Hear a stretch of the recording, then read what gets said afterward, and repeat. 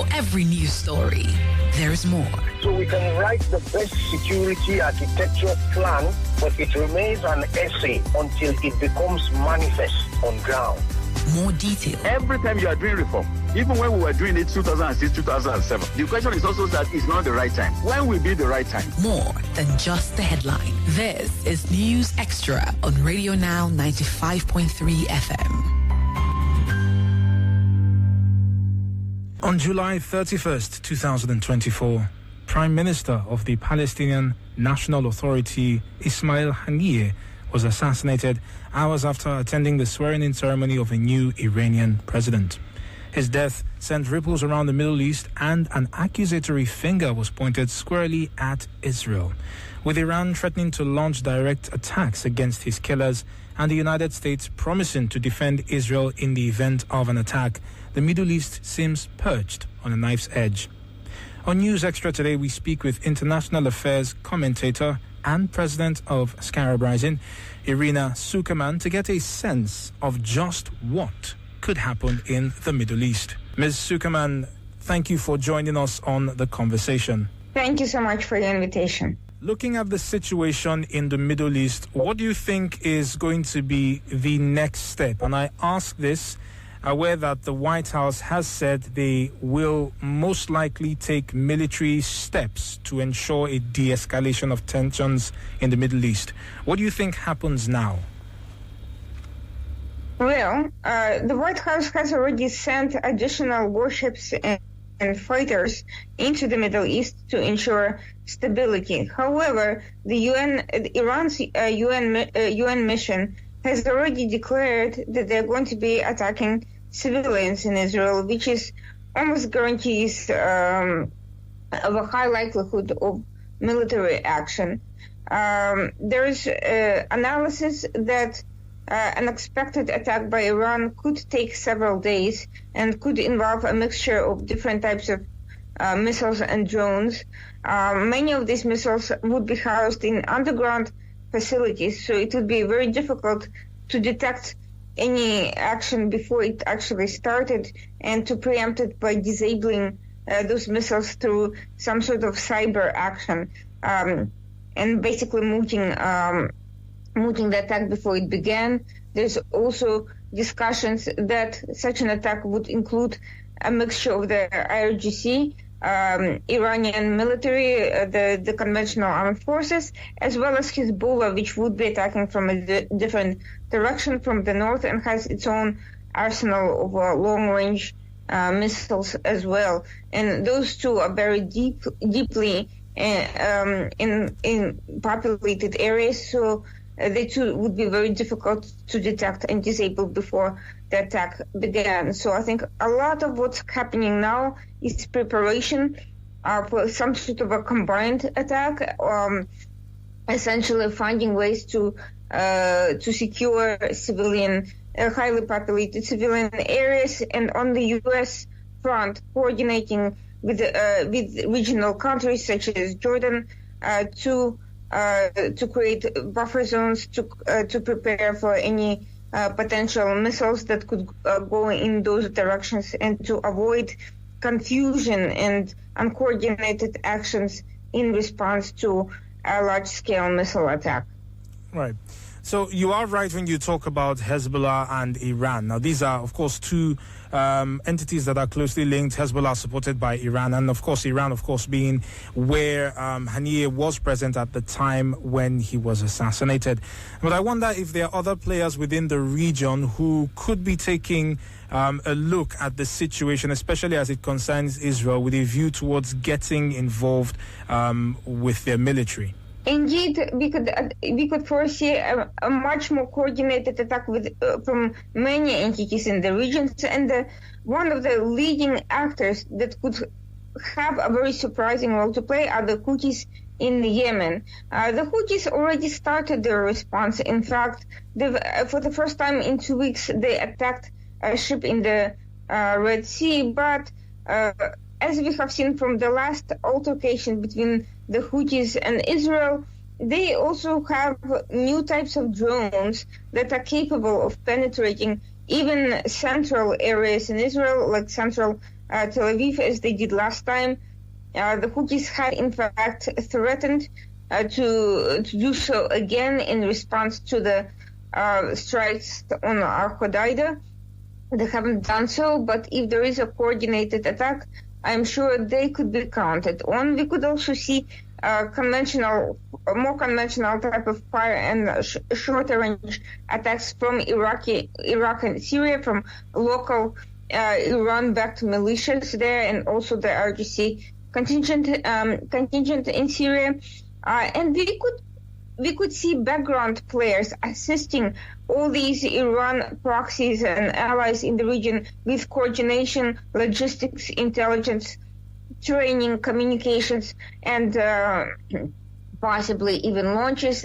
Information is now coming out that Russia's military intelligence, GRU, has been assisting Houthis with their attacks, and there's other information coming out that Russia has been advising and assisting Iran on the preparations for the attack, and there's been similar dealings with Hezbollah and even Hamas. Hamas also threatened its own direct attack. Hamas is in a more difficult position than Hezbollah because it has been, much of its leadership has been decimated.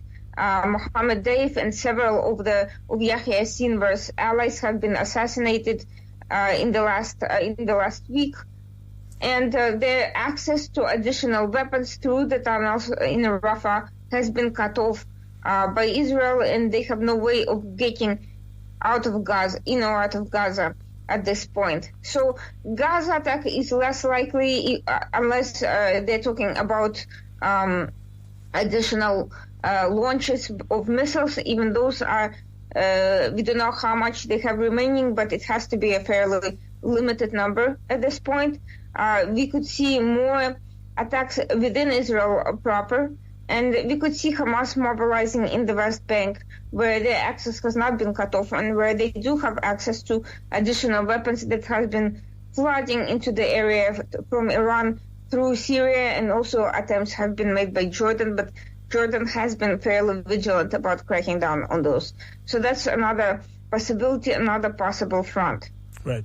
So, Mr. Haniyeh, for the cost of the struggle in Gaza to him has been untold. He's lost a large part of his family. 3 of his sons were killed.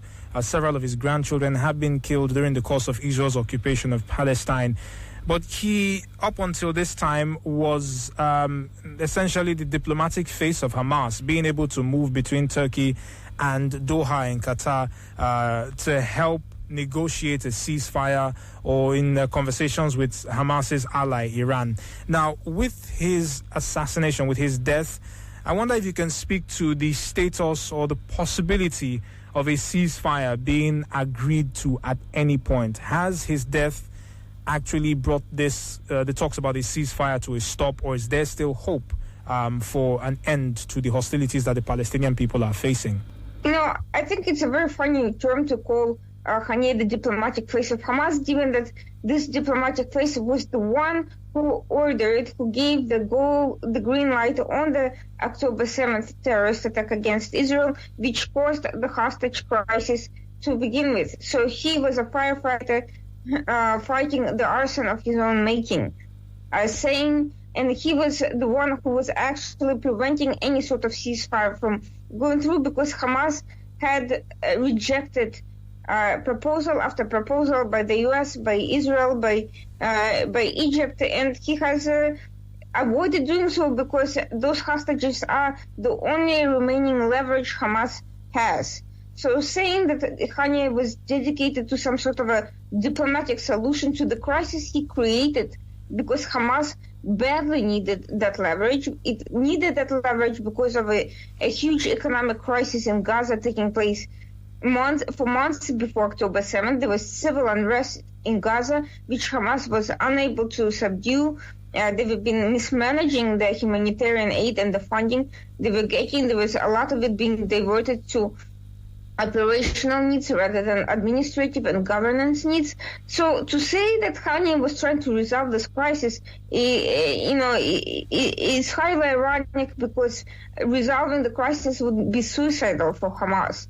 The crisis was what kept them going. The crisis, this endless form of resistance, was what helped Hamas recruit more and more people in Gaza, because by showing that they were rededicating themselves to fighting Israel, they were giving new blood and a redirection to the people of Gaza who were otherwise tired of the bad governance internally. So for now, Haniyeh's death, on the one hand, shows, from a military perspective, it's a huge blow to Hamas, obviously.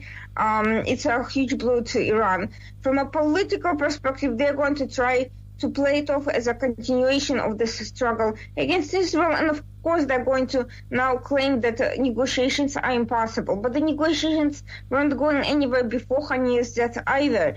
The latest proposal, right before Haniyeh died, was again rejected by Hamas because they wanted Israel permanently out of Rafah, which means they would have had access to the tunnels or to building new tunnels, which would have allowed them to continue smuggle weapons and to renew this resistance, as they call it, this attempted terrorist attacks against Israel at some future date, which was obviously completely contradicting Israel's military goals in destroying Israel's command and control structure in Gaza. So this talk about Haniyeh's death somehow disrupting this negotiations that would otherwise have been successful is nonsense. It doesn't change anything, because Hamas is dedicated to Israel's destruction, not to diplomacy.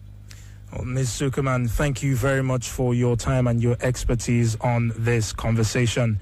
Irina Zuckerman is a U.S. national security lawyer and international affairs commentator. She joined News Extra to speak on the possible fallout of Ismail Haniyeh's assassination. Ismail Haniyeh was killed on the 31st of July 2024 after attending the swearing-in ceremony of a new Iranian president. That's News Extra on Radio Now 95.3 FM Lagos. I'm Stephen Imediegu.